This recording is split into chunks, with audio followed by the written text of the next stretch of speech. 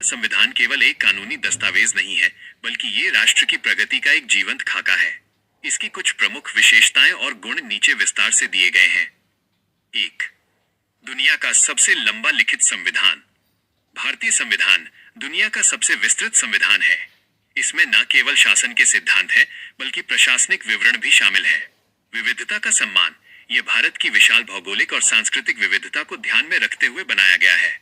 स्पष्टता। विस्तृत होने के कारण इसमें शक्तियों के टकराव की गुंजाइश बहुत कम है। 2. लचीलेपन और कठोरता का मिश्रण। हमारा संविधान न तो पूरी तरह से कठोर जैसे अमेरिका है और न ही पूरी तरह से लचीला जैसे ब्रिटेन। कठोरता। बुनियादी ढांचे में बदलाव के लिए संसद के विशेष बहुमत और आधे राज्यों की सहमति की आवश्यकता होती है। लचीलापन। साधारण कानूनों को संसद के सामान्य बहुमत से बदला जा सकता है, जिससे ये समय के साथ विकसित होता रहता है। 3. संसदीय शासन प्रणाली। भारत ने ब्रिटिश मॉडल पर आधारित संसदीय प्रणाली को अपनाया है, जहां कार्यपालिका सरकार विधायिका के प्रति जवाबदेह होती है। उत्तरदायित्व। सरकार को हर फैसले के लिए संसद में जवाब देना पड़ता है। नाम मात्र और वास्तविक प्रमुख। राष्ट्रपति देश का औपचारिक प्रमुख होता है, जबकि प्रधानमंत्री वास्तविक कार्यकारी प्रमुख। 4. मौलिक अधिकार और कर्तव्य। संविधान नागरिकों के सर्वांगीण विकास के लिए मौलिक अधिकारों की गारंटी देता है। न्याय संगत। यदि इन अधिकारों का उल्लंघन होता है तो नागरिक सीधे सर्वोच्च न्यायालय या उच्च न्यायालय जा सकते हैं। संतुलन। 42वें संशोधन द्वारा मौलिक कर्तव्यों को भी जोड़ा गया, जो नागरिकों को राष्ट्र के प्रति उनकी जिम्मेदारी याद दिलाते हैं। 5. धर्मनिरपेक्ष राज्य। भारत का अपना कोई राजधर्म नहीं है। संविधान सभी धर्मों को समान सम्मान और सुरक्षा प्रदान करता है। धार्मिक स्वतंत्रता। हर नागरिक को अपने धर्म को मानने, आचरण करने और प्रचार करने की स्वतंत्रता है। 6. स्वतंत्र और एकीकृत न्यायपालिका। भारतीय न्यायपालिका स्वतंत्र है, जिस पर विधायिका या कार्यपालिका का दबाव नहीं होता। एकल प्रणाली। भारत में सर्वोच्च न्यायालय सुप्रीम कोर्ट सबसे ऊपर है, उसके बाद उच्च न्यायालय और फिर जिला न्यायालय आते हैं। ये पूरे देश के लिए एक ही कानून व्यवस्था सुनिश्चित करता है। 7. वयस्क मताधिकार यूनिवर्सल एडल्ट फ्रैंचाइज। भारत ने बिना किसी भेदभाव, जाति, धर्म, लिंग या संपत्ति के 18 वर्ष से ऊपर के सभी नागरिकों को वोट देने का अधिकार दिया है। यह लोकतंत्र की जड़ों को मजबूत बनाता है। 8. एकल नागरिकता। अमेरिका के विपरीत, जहां दोहरी नागरिकता होती है, भारत में केवल एकल नागरिकता भारतीय है। ये देश की एकता और अखंडता को बढ़ावा देता है। निष्कर्ष। भारतीय संविधान एक जीवंत दस्तावेज है, जो बदलती जरूरतों के अनुसार खुद को ढालने की क्षमता रखता है, साथ ही अपने मूल आदर्शों न्याय, स्वतंत्रता, समानता और बंधुत्व को सुरक्षित रखता है। क्या आप चाहेंगे कि मैं संविधान के किसी विशिष्ट भाग, जैसे मौलिक अधिकारों या नीति निर्देशक तत्वों पर अधिक विस्तार से जानकारी दूं? निश्चित रूप से। आइए हम मौलिक अधिकारों, फंडामेंटल राइट्स और राज्य के नीति निर्देशक तत्वों, directive principles of state policy (DPSP) को विस्तार से समझते हैं। ये दोनों भारतीय संविधान के अंतःकरण, कॉन्शियस माने जाते हैं। 1. मौलिक अधिकार, भाग 3, अनुच्छेद 12-35। ये अधिकार नागरिकों को राज्य की शक्तियों के दुरुपयोग से बचाते हैं और व्यक्ति के सर्वांगीण विकास के लिए आवश्यक है। अधिकार। अनुच्छेद। मुख्य विवरण। समानता का अधिकार 14-18। कानून के समक्ष सब समान है, छुआछूत का अंत और उपाधियों का अंत। स्वतंत्रता का अधिकार 19-22। बोलने की आजादी, शांतिपूर्ण सभा और जीवन की सुरक्षा का अधिकार। शोषण के विरुद्ध अधिकार 23-24। मानव तस्करी और बाल श्रम, 14 वर्ष से कम पर रोक। धार्मिक स्वतंत्रता 25-28। किसी भी धर्म को मानने और उसका प्रचार करने की आजादी। संस्कृति और शिक्षा 2-9-30। अल्पसंख्यकों को अपनी भाषा और लिपि सुरक्षित रखने का अधिकार। संवैधानिक उपचार 32। यदि अधिकारों का हनन हो तो सीधे सुप्रीम कोर्ट जाने का अधिकार। विशेष नोट। अनुच्छेद 32 को डॉक्टर अंबेडकर ने संविधान की हृदय और आत्मा कहा था। 2.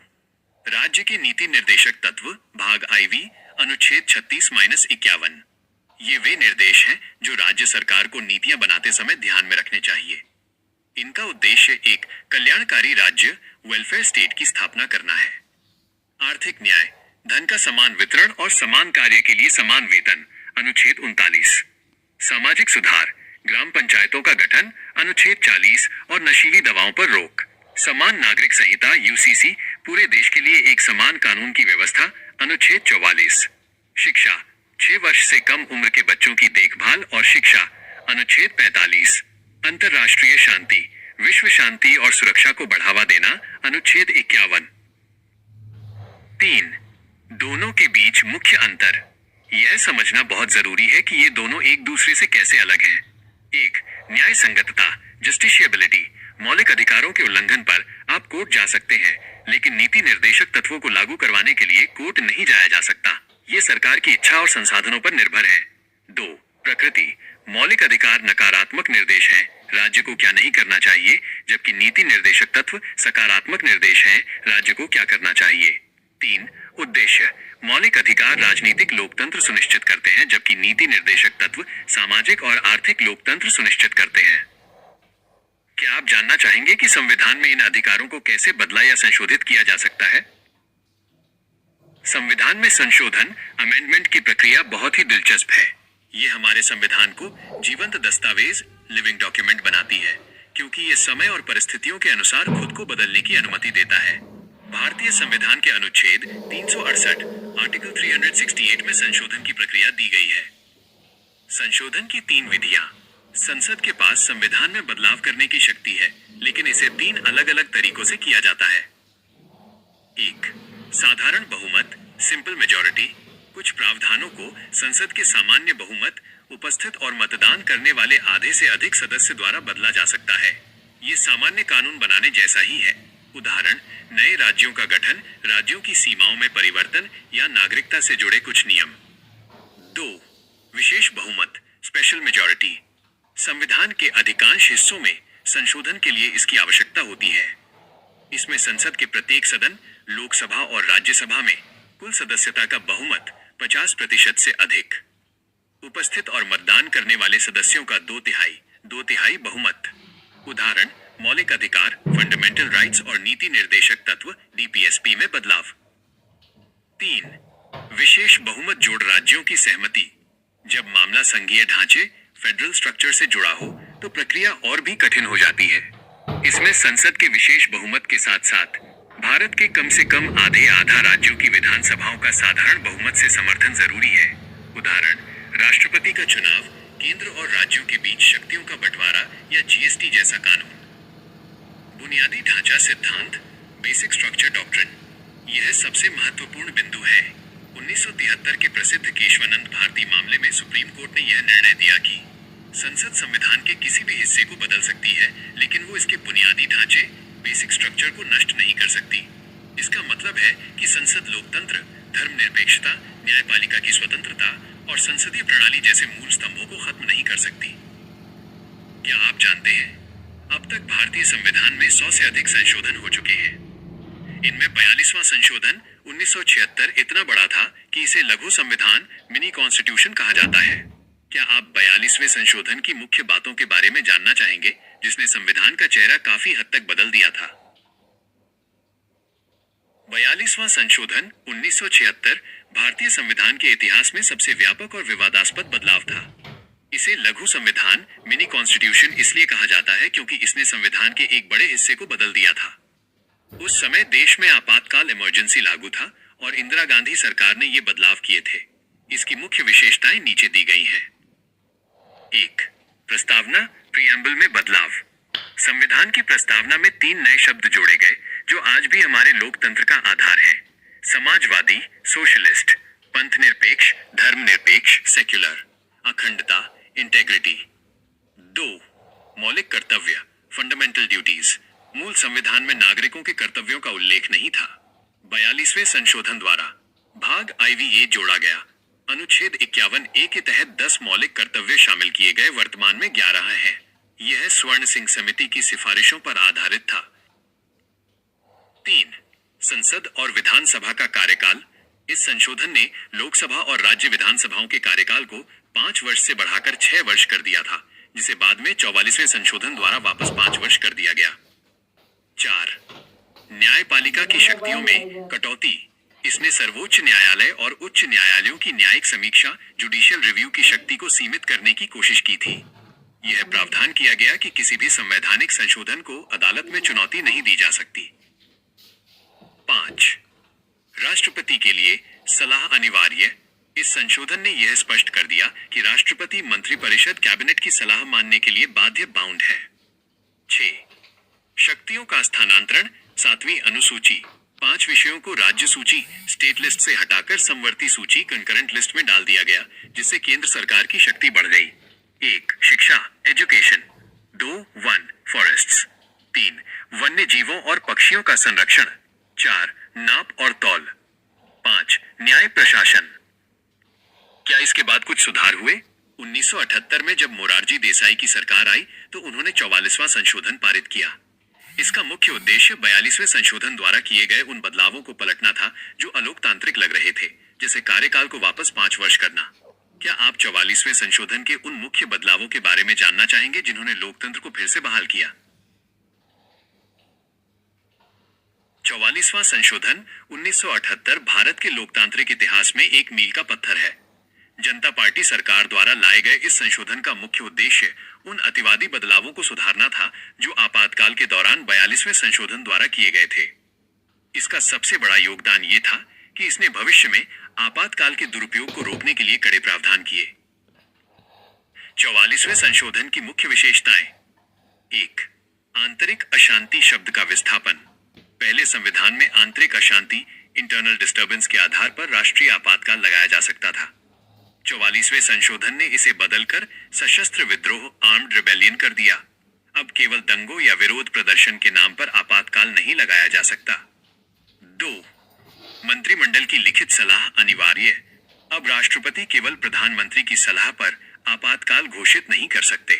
उन्हें पूरे मंत्रिमंडल कैबिनेट की लिखित सिफारिश की आवश्यकता होती है। 3. संपत्ति के अधिकार राइट टू प्रॉपर्टी का अंत। ये एक बहुत बड़ा बदलाव था। अनुच्छेद 31 के तहत संपत्ति का अधिकार एक मौलिक अधिकार था। इसे हटाकर अब अनुच्छेद 301 के तहत केवल एक कानूनी अधिकार लीगल राइट बना दिया गया। 4. जीवन और व्यक्तिगत स्वतंत्रता की सुरक्षा। 44वें संशोधन ने यह सुनिश्चित किया कि अनुच्छेद 20 और 21 अपराधों के लिए दोष सिद्धि के संबंध में संरक्षण और जीवन की सुरक्षा को आपातकाल के दौरान भी निलंबित नहीं किया जा सकता। यानी सरकार किसी भी स्थिति में नागरिक के जीने के अधिकार को नहीं छीन सकती। 5. कार्यकाल की बहाली। लोकसभा और राज्य विधानसभाओं का कार्यकाल जो 6 वर्ष कर दिया गया था उसे वापस घटाकर 5 वर्ष कर दिया गया। 6. न्यायपालिका की शक्ति की बहाली। इसने सर्वोच्च न्यायालय और उच्च न्यायालयों को उनकी वो शक्तियां वापस दी जो उनसे 42वें संशोधन द्वारा छीन ली गई थी, विशेषकर चुनाव विवादों पर निर्णय लेने की शक्ति। निष्कर्ष कंक्लूजन। अगर 42वां संशोधन सरकार को शक्तिशाली बनाने की कोशिश थी तो 44वां संशोधन नागरिकों और लोकतंत्र को सुरक्षित करने की कोशिश थी। इन दोनों संशोधनों ने मिलकर हमारे आज के संविधान के संतुलन को बनाया है। एक रोचक तथ्य, क्या आप जानते हैं कि हमारे संविधान को हाथ से कैलीग्राफी लिखा गया था? इसे प्रेम बिहारी नारायण रायजादा ने लिखा था और इसे सजाने का काम शांति निकेतन के कलाकारों ने किया था। क्या आप भारतीय संविधान के बारे में कुछ और विशेष जानना चाहेंगे, जैसे कि इसे बनाने में कितना समय और पैसा लगा था? भारतीय संविधान का निर्माण एक महायज्ञ की तरह था जिसमें देश के सबसे बुद्धिमान व्यक्तियों ने हिस्सा लिया। इसके बनने की प्रक्रिया से जुड़े कुछ अद्भुत तथ्य यहाँ दिए गए हैं। 1. निर्माण में लगा समय। संविधान सभा को भारत का संविधान तैयार करने में कुल 2 वर्ष 11 महीने और 18 दिन का समय लगा। इस दौरान कुल 11 सत्र आयोजित किए गए। संविधान सभा के सदस्यों ने लगभग 60 देशों के संविधानों का अध्ययन किया। 2. व्यय कुल खर्चा। संविधान के निर्माण पर उस समय कुल 64 लाख रुपए खर्च हुए थे। 3. दुनिया का सबसे बड़ा हस्तलिखित दस्तावेज। भारतीय संविधान को न तो टाइप किया गया था और न ही प्रिंट। इसे पूरी तरह हाथ से कैलीग्राफी लिखा गया था। लेखक प्रेम बिहारी नारायण रायजादा ने इसे बहते हुए इटैलिक स्टाइल में लिखा। उन्होंने इसके लिए कोई पारिश्रमिक नहीं लिया, बस हर पन्ने पर अपना नाम लिखने की अनुमति मांगी थी। कलाकृति शांति निकेतन के कलाकारों जैसे नंदलाल बोस और राम मनोहर सिन्हा ने इसके हर पन्ने को खूबसूरत चित्रों से सजाया। 4. संविधान की सुरक्षा। संविधान की मूल प्रतियां हिंदी और अंग्रेजी आज भी संसद भवन के पुस्तकालय में सुरक्षित रखी गई हैं। इन्हें खराब होने से बचाने के लिए हीलियम से भरे विशेष पारदर्शी बक्सों में रखा गया है। 5. संविधान सभा की भूमिका। अध्यक्ष डॉक्टर राजेंद्र प्रसाद, जो बाद में भारत के पहले राष्ट्रपति बने। प्रारूप समिति ड्राफ्टिंग कमेटी के अध्यक्ष डॉक्टर B.R. अंबेडकर, जिन्हें भारतीय संविधान का जनक कहा जाता है। 6. अंतिम हस्ताक्षर। 24 जनवरी 1950 को संविधान सभा के 284 सदस्यों ने आधिकारिक तौर पर संविधान पर हस्ताक्षर किए। इसके 2 दिन बाद 26 जनवरी 1950 को इसे पूरे देश में लागू कर दिया गया और भारत एक गणतंत्र बना। क्या आप जानते हैं, भारतीय संविधान की प्रस्तावना प्रीएम्बल अमेरिकी संविधान से प्रेरित है, लेकिन इसकी भाषा और आदर्शों पर कई अन्य देशों का भी प्रभाव है। क्या आप ये जानना चाहेंगे कि हमने किस देश से क्या लिया है, जैसे मौलिक अधिकार कहां से लिए गए या संसदीय प्रणाली कहां से? भारतीय संविधान को अक्सर उधार का थैला, बैग ऑफ बोरोइंग्स कहा जाता है, लेकिन ये केवल नकल नहीं है। हमारे संविधान निर्माताओं ने दुनिया भर के बेहतरीन प्रावधानों को भारतीय परिस्थितियों के अनुसार ढालकर अपनाया। यहाँ एक सूची दी गई है कि हमने किस देश से क्या महत्वपूर्ण चीजें ली हैं। 1. Britain, United kingdom. चूंकि भारत पर लंबे समय तक अंग्रेजों का शासन था, इसलिए हमारी शासन प्रणाली ब्रिटिश मॉडल के काफी करीब है। संसदीय शासन प्रणाली, प्रधानमंत्री और मंत्रिपरिषद का ढांचा, कानून का शासन, रूल ऑफ लॉ, कोई भी कानून से ऊपर नहीं है। विधायी प्रक्रिया, कानून बनाने का तरीका, एकल नागरिकता, पूरे देश के लिए केवल एक नागरिकता। 2. संयुक्त राज्य अमेरिका, USA। अमेरिका से हमने लोकतांत्रिक मूल्यों और अधिकारों के विचार लिए। मौलिक अधिकार, नागरिकों के बुनियादी अधिकार। न्यायिक समीक्षा, जुडिशियल रिव्यू, अदालत द्वारा कानूनों की जांच करने की शक्ति। न्यायपालिका की स्वतंत्रता, जजों पर सरकार का दबाव न होना। प्रस्तावना, प्रीएम्बल, हम भारत के लोग, जैसे शब्द, उपराष्ट्रपति का पद। 3. आयरलैंड, राज्य के नीति निर्देशक तत्व, DPSP, कल्याणकारी राज्य बनाने के निर्देश। राष्ट्रपति के चुनाव की पद्धति, राज्यसभा में सदस्यों का नामांकन, साहित्य, कला और विज्ञान के क्षेत्र से विशेषज्ञों को चुनना। 4. कनाडा, मजबूत केंद्र वाला संघीय ढांचा। भारत राज्यों का संघ है, लेकिन केंद्र अधिक शक्तिशाली है। अवशिष्ट शक्तियां, रेजिडुअरी पावर्स, जो विषय किसी सूची में नहीं है, वे केंद्र के पास रहेंगे। राज्यपाल की नियुक्ति, केंद्र द्वारा राज्यों में राज्यपाल की नियुक्ति। 5. अन्य महत्वपूर्ण स्रोत। देश, क्या लिया गया? ऑस्ट्रेलिया, समवर्ती सूची, कंकरेंट लिस्ट और प्रस्तावना की भाषा, जर्मनी, वाइमार। आपातकाल के दौरान मौलिक अधिकारों का निलंबन। सोवियत संघ, USSR, मौलिक कर्तव्य और पंचवर्षीय योजनाएं। फ्रांस, गणतंत्रात्मक ढांचा और स्वतंत्रता, समानता, बंधुत्व के आदर्श। दक्षिण अफ्रीका, संविधान संशोधन की प्रक्रिया और राज्यसभा सदस्यों का चुनाव। जापान, कानून द्वारा स्थापित प्रक्रिया। 6. भारत शासन अधिनियम 1935, गवर्नमेंट ऑफ इंडिया एक्ट 1935। संविधान का लगभग 60-70% हिस्सा सीधे इसी अधिनियम से लिया गया है। इसमें संघीय योजना, न्यायपालिका और प्रशासनिक विवरण शामिल थे।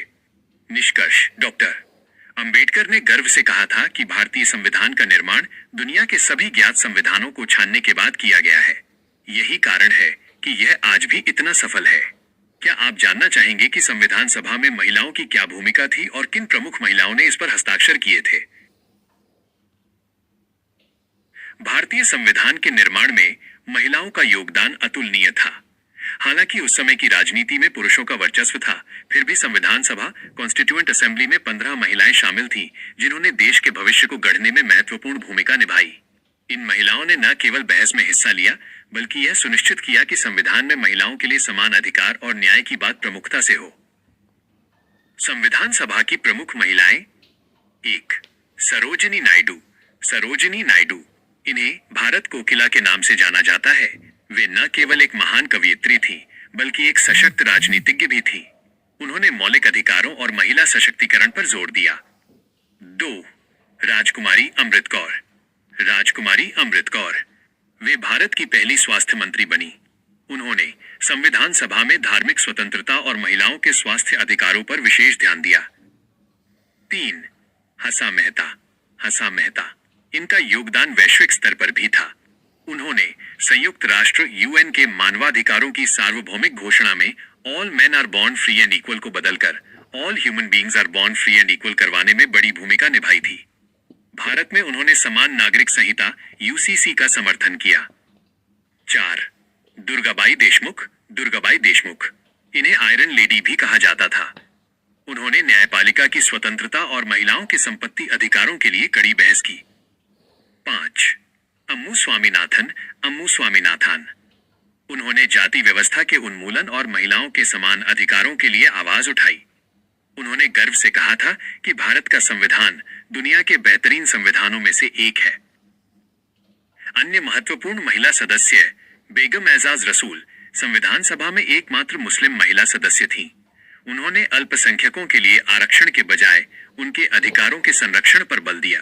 सुचेता कृपलानी, भारत की पहली महिला मुख्यमंत्री, उत्तर प्रदेश। विजया लक्ष्मी पंडित, पंडित नेहरू की बहन और संयुक्त राष्ट्र महासभा की पहली महिला अध्यक्ष।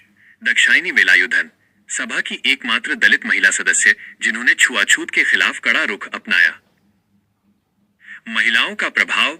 संविधान सभा में इन महिलाओं की उपस्थिति का ही परिणाम है कि भारत ने अपनी आजादी के पहले दिन से ही महिलाओं को वोट देने का अधिकार, राइट टू वोट, दिया, जबकि अमेरिका और ब्रिटेन जैसे देशों में महिलाओं को इसके लिए दशकों तक संघर्ष करना पड़ा था।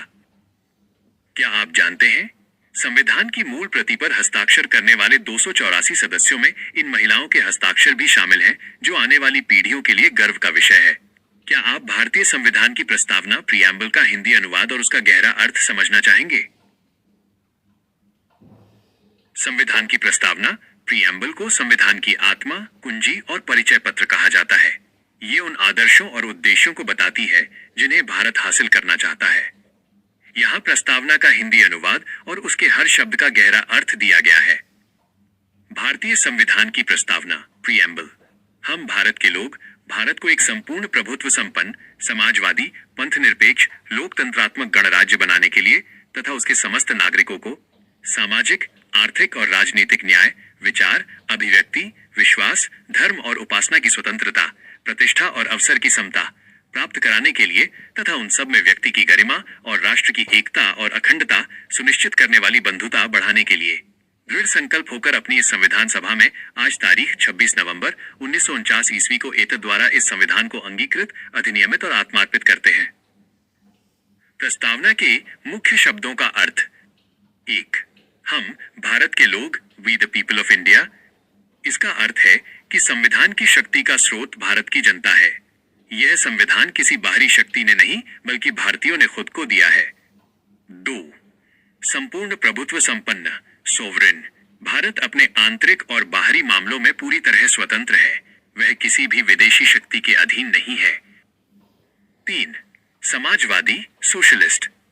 इसका लक्ष्य सामाजिक और आर्थिक असमानता को कम करना है। भारत ने लोकतांत्रिक समाजवाद को अपनाया है, जहां सार्वजनिक और निजी क्षेत्र साथ साथ चलते हैं। 4. पंथनिरपेक्ष, सेक्युलर। राज्य का अपना कोई धर्म नहीं है।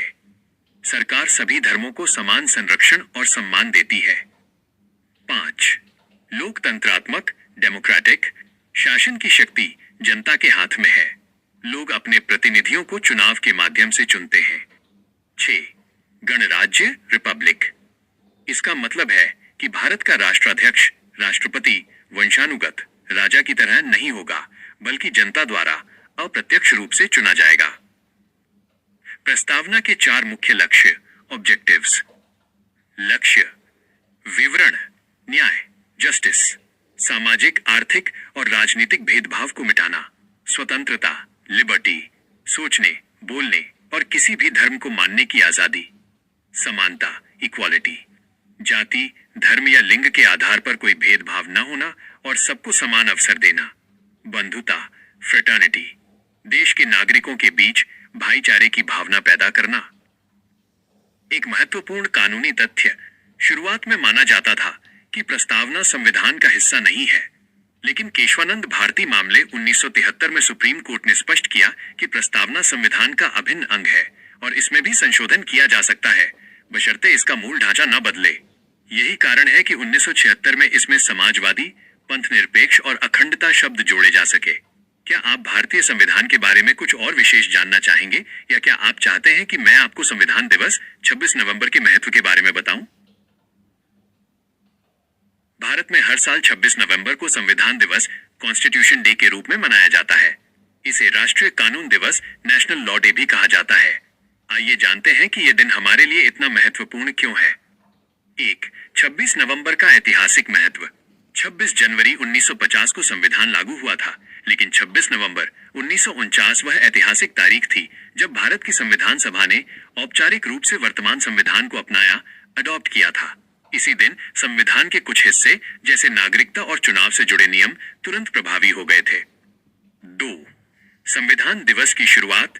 दिलचस्प बात यह है कि 2015 से पहले इस दिन को आधिकारिक तौर पर संविधान दिवस के रूप में नहीं मनाया जाता था। 2015 में डॉक्टर बी.आर. अंबेडकर की 125वीं जयंती के अवसर पर भारत सरकार ने नागरिकों के बीच संवैधानिक मूल्यों को बढ़ावा देने के लिए 26 नवंबर को संविधान दिवस के रूप में घोषित किया। 3. इस दिन का मुख्य उद्देश्य। संविधान दिवस मनाने के पीछे कई गहरे कारण हैं। डॉक्टर अंबेडकर को श्रद्धांजलि, संविधान के निर्माण में उनके अमूल्य योगदान को याद करना, जागरूकता फैलाना, युवाओं और छात्रों को संविधान के महत्व, मौलिक अधिकारों और कर्तव्यों के बारे में शिक्षित करना, संवैधानिक मूल्यों का सम्मान, न्याय, स्वतंत्रता और समानता के प्रति अपनी प्रतिबद्धता को दोहराना। 4. स्कूलों और कॉलेजों में गतिविधियां। इस दिन पूरे देश में विशेष कार्यक्रम आयोजित किए जाते हैं। शपथ ग्रहण, सरकारी कार्यालयों और स्कूलों में संविधान की प्रस्तावना, प्रीएम्बल को सामूहिक रूप से पढ़ा जाता है। क्विज और निबंध। बच्चों के लिए संविधान पर आधारित प्रतियोगिताएं होती हैं ताकि वे देश के सर्वोच्च कानून को समझ सकें। 5. 26 नवंबर बनाम 26 जनवरी। अक्सर लोग भ्रमित हो जाते हैं कि इन दो तारीखों में क्या अंतर है। तारीख, महत्व। क्या हुआ था? 26 नवंबर संविधान दिवस, संविधान बनकर तैयार हुआ और संविधान सभा द्वारा अपनाया गया। 26 जनवरी गणतंत्र दिवस, संविधान पूरे देश में लागू हुआ और भारत एक गणतंत्र बना। निष्कर्ष, संविधान दिवस हमें याद दिलाता है कि हमारा देश केवल नेताओं से नहीं, बल्कि एक शक्तिशाली पुस्तक संविधान से चलता है, जो हर नागरिक को सुरक्षा और सम्मान देती है। हमने भारतीय संविधान की यात्रा के लगभग सभी प्रमुख पहलुओं को कवर कर लिया है। क्या आप चाहेंगे कि मैं आपको संविधान से जुड़ी कुछ ऐसी रोचक और अनसुनी बातें, फन फैक्ट्स बताऊं जो बहुत कम लोग जानते हैं? भारतीय संविधान के बारे में कुछ ऐसी रोचक और अनसुनी बातें, इंटरेस्टिंग फैक्ट्स, जो आपको हैरान कर देंगी। 1. दुनिया का सबसे लंबा हाथ से लिखा संविधान। भारतीय संविधान न तो प्रिंट हुआ था और न ही टाइप। इसे दिल्ली के रहने वाले प्रेम बिहारी नारायण रायजादा ने अपने हाथों से लिखा था। जब उनसे मेहनताना पूछा गया तो उन्होंने कहा, 1 पैसा भी नहीं लूंगा, बस मेरी शर्त यह है कि संविधान के हर पन्ने पर मेरा नाम और आखिरी पन्ने पर मेरे दादाजी का नाम हो। सरकार ने उनकी ये बात मान ली थी। 2000 से अधिक संशोधन ड्राफ्टिंग के दौरान। जब संविधान का पहला ड्राफ्ट तैयार हुआ और उस पर चर्चा शुरू हुई तो अंतिम रूप देने से पहले इसमें 2000 से ज्यादा बदलाव, अमेंडमेंट्स किए गए थे। यह दिखाता है कि हर एक शब्द पर कितनी गहराई से बहस हुई थी। 3. शांति निकेतन की चित्रकारी। संविधान के हर पन्ने पर बनी खूबसूरत बॉर्डर्स और पेंटिंग्स को नंदलाल बोस और उनकी टीम ने बनाया था। दिलचस्प बात यह है कि इन चित्रों में भारत के इतिहास को दर्शाया गया है, जैसे मोहनजोदड़ो की मोहरें, रामायण के दृश्य, राम सीता की वापसी, महाभारत, गीता उपदेश, बुद्ध, महावीर, सम्राट अशोक और नेताजी सुभाष चंद्र बोस तक की झलकियां इसमें शामिल हैं। Image showing illustrations from the original Indian Constitution pages. 4. Helium से भरी सुरक्षा। संविधान की मूल प्रतियां, ओरिजिनल कॉपीज, संसद भवन के पुस्तकालय में रखी गई हैं। इन्हें सुरक्षित रखने के लिए साधारण डिब्बे नहीं, बल्कि हीलियम गैस से भरे विशेष कांच के बक्सों का इस्तेमाल किया गया है ताकि कागज खराब न हो और स्याही न फीकी पड़े। 5. डॉक्टर अंबेडकर का जलाने वाला बयान। संविधान के जनक माने जाने वाले डॉक्टर बी.आर. अंबेडकर ने एक बार राज्यसभा में गुस्से में कहा था, मैं ही वो व्यक्ति था जिसने इसे बनाया, लेकिन अगर इसे सही ढंग से लागू नहीं किया गया और अल्पसंख्यकों को नुकसान पहुंचा तो मैं ही वह पहला व्यक्ति होऊंगा जो इसे जला देगा। वे चाहते थे कि संविधान केवल कागज पर न रहे बल्कि व्यवहार में भी न्याय लाए। 6. शुरू में नहीं थे। समाजवादी और धर्मनिरपेक्ष शब्द। क्या आप जानते हैं कि हमारे संविधान की मूल प्रस्तावना में समाजवादी, सोशलिस्ट और पंथ निरपेक्ष सेक्युलर शब्द थे ही नहीं। इन्हें 1976 में 42वें संशोधन के दौरान जोड़ा गया था। 7. लिखने में कितनी स्याही लगी। संविधान को लिखने के लिए प्रेम बिहारी जी ने 303 पेन निब इनिबी का इस्तेमाल किया था और उन्हें इसे पूरा करने में 6 महीने लगे थे। यह दस्तावेज कुल 13 किलोग्राम भारी है। एक आखिरी बात, भारतीय संविधान को अक्सर वकीलों का स्वर्ग, पैराडाइज ऑफ लॉयर्स भी कहा जाता है क्योंकि इसकी शब्दावली बहुत विस्तृत और तकनीकी है।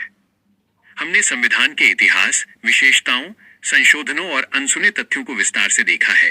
क्या आप भारत की राजनीतिक व्यवस्था या किसी अन्य ऐतिहासिक विषय पर कुछ और चर्चा करना चाहेंगे? बहुत अच्छा। चूंकि हमने संविधान को गहराई से समझ लिया है, तो आइए अब हम भारतीय राजनीतिक व्यवस्था, इंडियन पॉलिटिकल सिस्टम के उस ढांचे को समझते हैं जो इस संविधान को असल जीवन में लागू करता है। भारतीय लोकतंत्र शक्ति के पृथक्करण, सेपरेशन ऑफ पावर्स के सिद्धांत पर टिका है, जिसके 3 मुख्य स्तंभ हैं। 1. विधायिका, लेजिस्लेटिव माइनस कानून बनाना। इसका काम देश के लिए कानून बनाना है।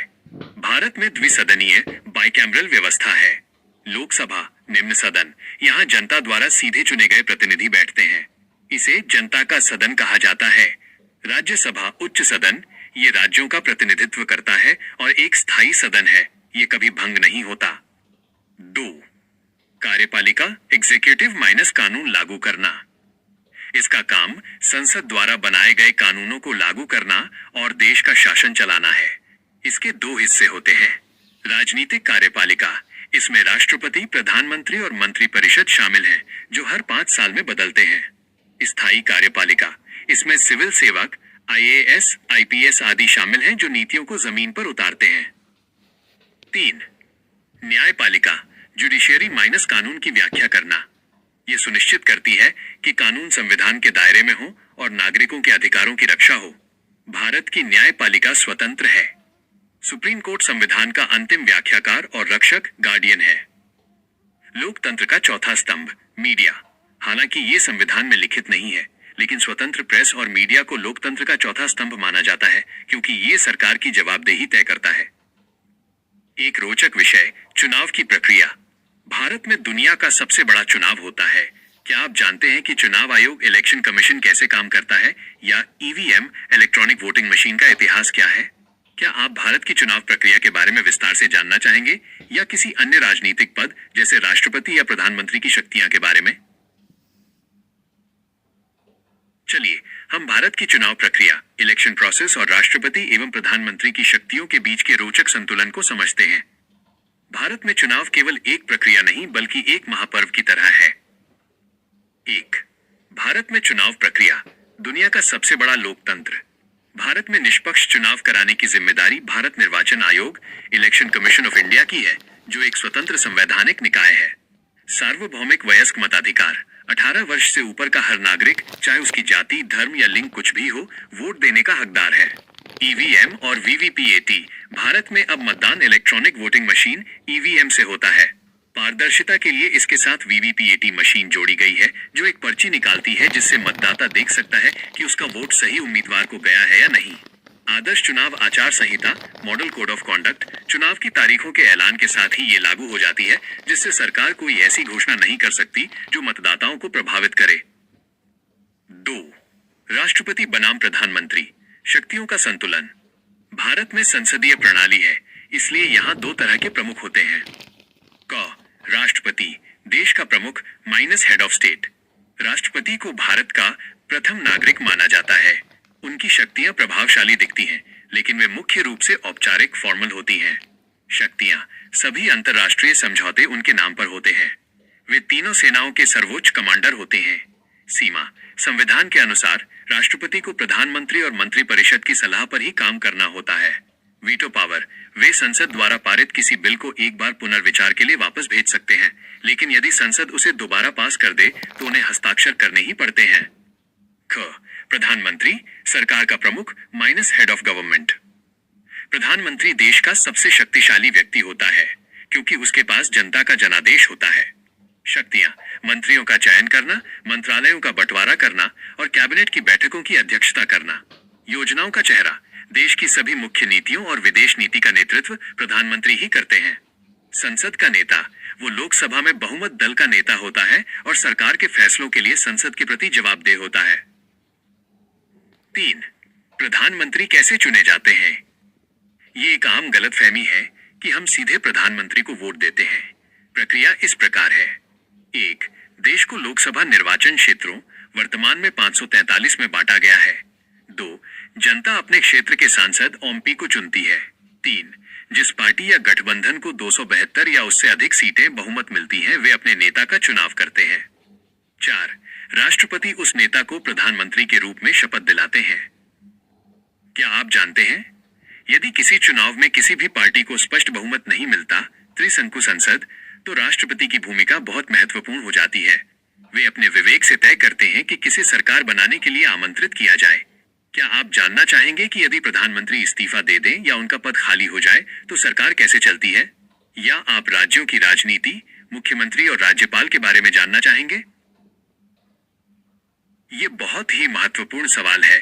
लोकतंत्र में निरंतरता, कॉन्टिन्यूटी बहुत जरूरी है। इसलिए हमारा संविधान ये सुनिश्चित करता है कि देश कभी भी नेतृत्व विहीन न रहे। आइए पहले प्रधानमंत्री के पद के बारे में समझते हैं और फिर राज्यों, मुख्यमंत्री और राज्यपाल की व्यवस्था को देखते हैं। 1. यदि प्रधानमंत्री का पद खाली हो जाए तो क्या होगा? प्रधानमंत्री का पद केवल एक व्यक्ति का पद नहीं है, बल्कि वो पूरी मंत्रिपरिषद की धुरी, कीस्टोन होता है। इस्तीफा या मृत्यु, यदि प्रधानमंत्री इस्तीफा देते हैं या उनका निधन हो जाता है तो पूरी मंत्रिपरिषद स्वतः ही भंग हो जाती है, यानी तकनीकी रूप से सरकार गिर जाती है। कार्यवाहक प्रधानमंत्री, ऐसी स्थिति में राष्ट्रपति किसी वरिष्ठ मंत्री को कार्यवाहक प्रधानमंत्री, एक्टिंग पीएम नियुक्त कर सकते हैं जब तक कि बहुमत वाली पार्टी अपना नया नेता न चुन ले। उदाहरण, जवाहरलाल नेहरू और लाल बहादुर शास्त्री के निधन के बाद गुलजारीलाल नंदा को कार्यवाहक प्रधानमंत्री बनाया गया था। नया नेता, जैसे ही सत्ताधारी दल अपना नया नेता चुनता है, राष्ट्रपति उन्हें प्रधानमंत्री नियुक्त करते हैं और फिर नई मंत्रिपरिषद का गठन होता है। 2. राज्यों की व्यवस्था, मुख्यमंत्री और राज्यपाल। जिस तरह केंद्र में राष्ट्रपति और प्रधानमंत्री होते हैं, ठीक उसी तरह राज्यों में राज्यपाल, गवर्नर और मुख्यमंत्री, चीफ मिनिस्टर होते हैं। पद, भूमिका, मुख्य कार्य, राज्यपाल केंद्र का प्रतिनिधि और राज्य का संवैधानिक प्रमुख, राज्य में संवैधानिक तंत्र की निगरानी करना और मुख्यमंत्री की नियुक्ति करना। मुख्यमंत्री, राज्य सरकार का वास्तविक प्रमुख, राज्य की नीतियों का निर्माण और मंत्रिपरिषद का नेतृत्व करना। राज्यपाल की विशेष शक्ति, राष्ट्रपति शासन, आर्टिकल 356, ये राज्यों के लिए एक बहुत ही शक्तिशाली प्रावधान है। यदि राज्यपाल को लगता है कि राज्य की सरकार संविधान के अनुसार नहीं चल रही है, तो वे राष्ट्रपति को राष्ट्रपति शासन लगाने की सिफारिश कर सकते हैं। ऐसी स्थिति में मुख्यमंत्री की शक्तियां समाप्त हो जाती हैं और राज्य का शासन सीधे केंद्र, राज्यपाल के माध्यम से चलाने लगता है। 3. केंद्र और राज्य के बीच शक्तियों का बंटवारा, द 3 लिस्ट्स। संविधान की 7वीं अनुसूची ये तय करती है कि कौन किस पर कानून बनाएगा ताकि विवाद न हो। 1. संघ सूची, यूनियन लिस्ट, केवल केंद्र कानून बना सकता है, जैसे रक्षा, विदेश मामले, रेलवे, बैंकिंग। 2. राज्य सूची, स्टेट लिस्ट, केवल राज्य कानून बना सकता है, जैसे पुलिस, कृषि, सार्वजनिक स्वास्थ्य। 3. समवर्ती सूची, कंकरेंट लिस्ट, केंद्र और राज्य दोनों कानून बना सकते हैं, जैसे शिक्षा, वन, विवाह। नोट, यदि दोनों के कानूनों में टकराव हो तो केंद्र का कानून मान्य होता है।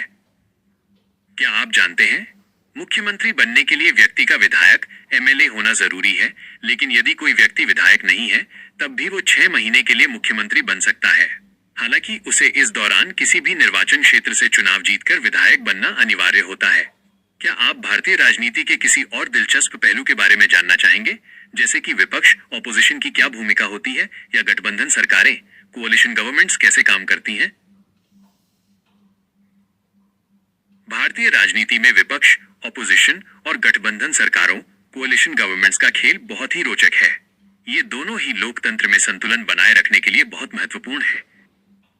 1. विपक्ष की भूमिका, लोकतंत्र का वॉचडॉग। लोकतंत्र में विपक्ष उतना ही महत्वपूर्ण है जितनी कि सरकार। विपक्ष का मुख्य काम सरकार को निरंकुश होने से रोकना है। जवाबदेही तय करना। संसद में प्रश्नकाल क्वेश्चन आवर के दौरान विपक्ष मंत्रियों से तीखे सवाल पूछता है और नीतियों की कमियों को उजागर करता है। लोकतंत्र की सुरक्षा। यदि सरकार कोई ऐसा कानून लाती है जो जनता के खिलाफ हो, तो विपक्ष संसद और सड़कों पर विरोध प्रदर्शन करके जनता की आवाज बनता है। संसदीय समितियां। कई महत्वपूर्ण समितियों जैसे लोक लेखा समिति का अध्यक्ष अक्सर विपक्ष का नेता होता है, जो सरकारी खर्चों की जांच करता है। छाया कैबिनेट, शैडो कैबिनेट। हालांकि भारत में ये औपचारिक नहीं है, लेकिन विपक्ष के नेता हर मंत्रालय की गतिविधियों पर कड़ी नजर रखते हैं। 2. गठबंधन सरकारें, कोalition गवर्नमेंट्स। जब किसी एक पार्टी को चुनाव में बहुमत 272 सीटें नहीं मिलता, तो कई पार्टियां मिलकर सरकार बनाती हैं। इसे गठबंधन सरकार कहते हैं। भारत में 1989 से 2014 तक गठबंधन सरकारों का दौर रहा है।